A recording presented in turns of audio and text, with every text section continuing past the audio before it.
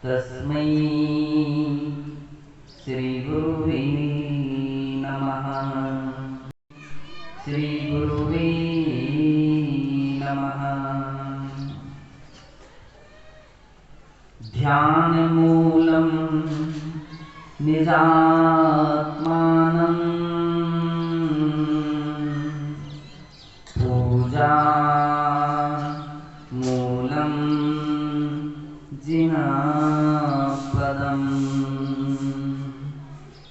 मंत्रमूलागमं वाक्यं मोक्षमूलं गुरुपथं मोक्षमूलं गुरुपथं। जय बोलिए अनंतानंद सिद्ध परमेश्वरी भगवान की, देवाधिदेव श्री पारसनाथ भगवान की, सर्वज्ञ प्रभो श्री रामचंद्र भगवान की, परम पूज्य वात्सल्य रत्नाकर की, परम पूज्य तपस्वी सम्राट गुरुदेव आचार्य श्री सनमति सरस्वती महाराज की, अहिंसा में विश्व धर्म की,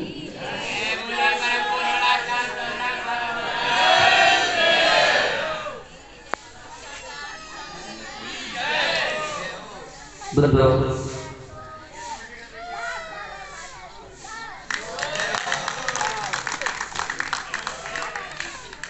क्या नहीं थे, ये तो आप समस्त नगरवासी, ग्रामवासी और भी आसपास से जितने भी लोग पधारे हैं, हमारे शैलेंद्र जी काफी उनके विषय में जानते हैं।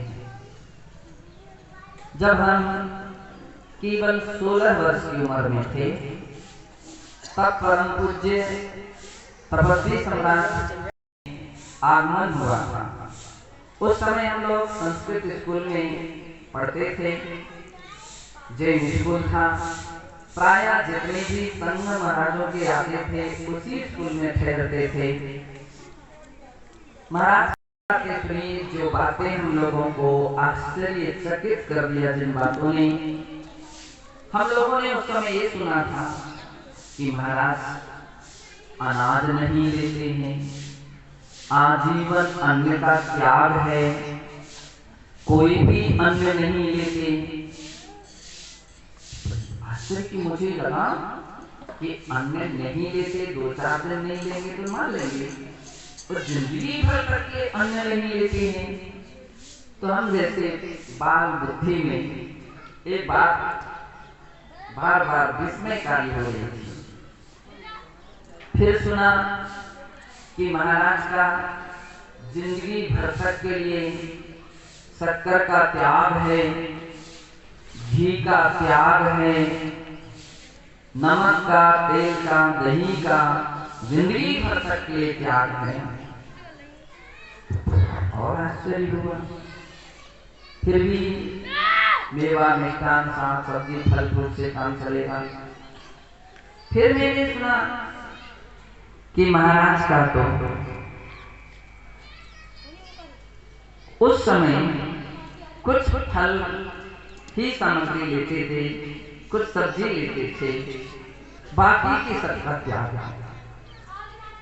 प्रकृति के थे। और सभी का एक ही लक्ष्य था कि अपने लिए संसार के दलदल में नहीं फंसना है, आत्महित करना है। मानव जीवन मिला है, हम ऐसे ही नहीं गमाएंगे, कुछ ना कुछ अपने जीवन में मोक्ष मार्ग पर चल करके अपन को कदम बढ़ाना है।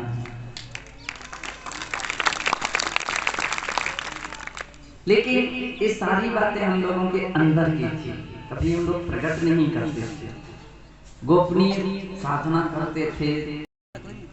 उसको संघ काफी दिन रुका।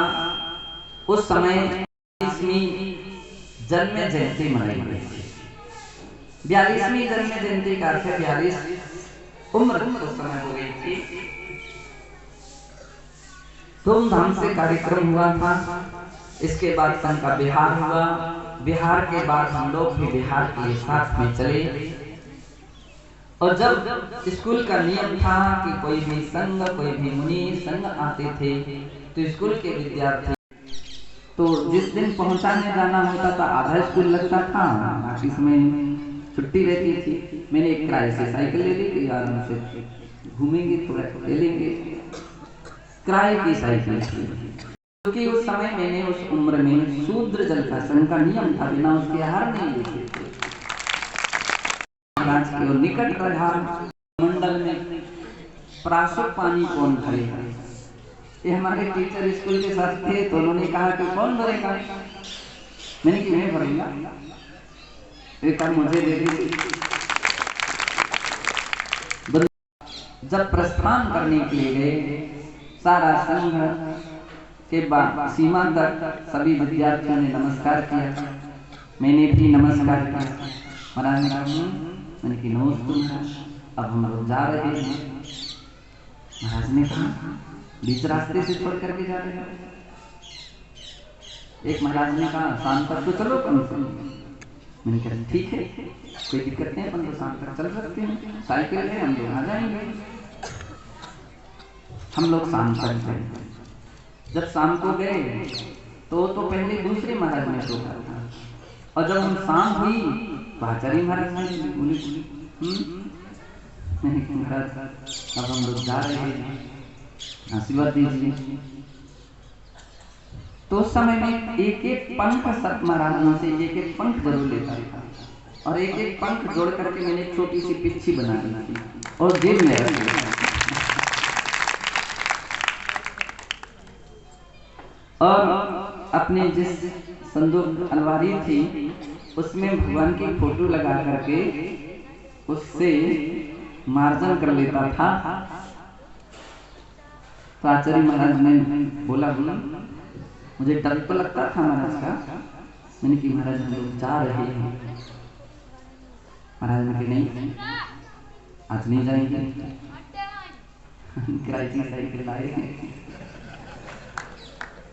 तो बोले देखो कल शनिवार, आज कल शनिवार है, परसों रविवार। हाँ दोनों दिन की छुट्टी, आराम से इस रूप में भी छुट्टी मना सकते हो। हम लोगों ने भी कुछ विचार किया, छुट्टी मना सकते हो, तो ये भी सही है, लेकिन एक ही पॉइंट विकल्प में आ रहा था, साइकिल लोग किराए से हैं। अब कुछ लड़कों ने हिम्मत दिलाई किसी ने, और अब जो होगा अपन तो सूचना कर दो कि हम महाराज के साथ चल रहे हैं। सूचना हो गई, बढ़ते रविवार के दिन जाने का प्रसंग आया। तो वहाँ संघपति जो थे वो भी उन्होंने के बच्चे लोग तुम लोग बहुत अच्छे हो, दौड़ दौड़ करके हार देते हो, हमारे यहाँ सूजल का कोई ख्याल नहीं। व्यवस्था में बना मैंने की, और स्कूल की भी हमारे सर छुट्टी नहीं देंगे, सुपरिटेंडेंट छुट्टी नहीं देंगे, बोले वो सब काम हम लोग करा देंगे, तुम लोग चलो।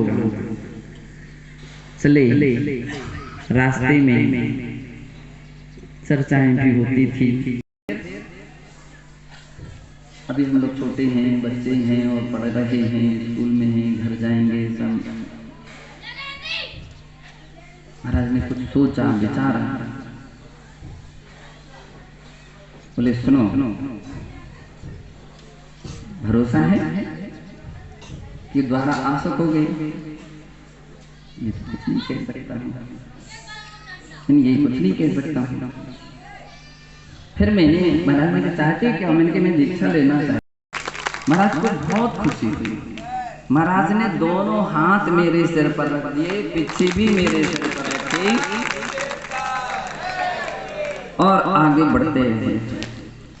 कभी छुटपुट बातें पूछ लेते थे और बढ़ते जाते थे। कभी एक आसन हो जाता था, कभी दोनों टाइम की भोजन व्यवस्था हो जाती थी, लेकिन एक ही ड्रेस में थे। जो स्कूल की ड्रेस थी उसी स्कूल की ही ड्रेस में थे।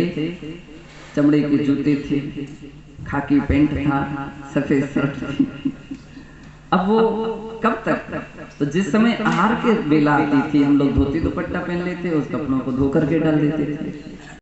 तो जाओ, अब नहीं तो बिल्कुल नहीं जाऊंगा। जैसे ही हम लोग बुढ़ार पहुंचे, महाराज ने एक ज्योतिषी को बुलाया और उससे पूछा कुछ। ज्योतिषी ने दीक्षा का मुहूर्त निकाला और उसने कहा कि जो कल की इनकी दीक्षा का इतना श्रेष्ठ मुहूर्त है, जिंदगी में ऐसा द्वारा नहीं आया, ऐसा कभी नहीं आया। ध्यान रखो, मैं अभी प्रवचन नहीं कर रहा हूँ, मैं तो अपने आचार्य महाराज का स्मरण कर रहा हूँ।